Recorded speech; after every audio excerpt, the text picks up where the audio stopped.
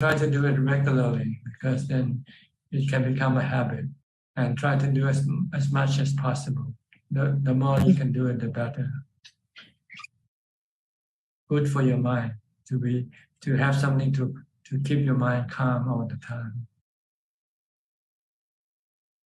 Yep. The Buddha said the best form of happiness is the happiness you get from a calm mind, and it also helps you to kill the time with. Sometimes you feel bored, you meditate, and then the time passes by quickly. Yeah, it's the best form of happiness, really.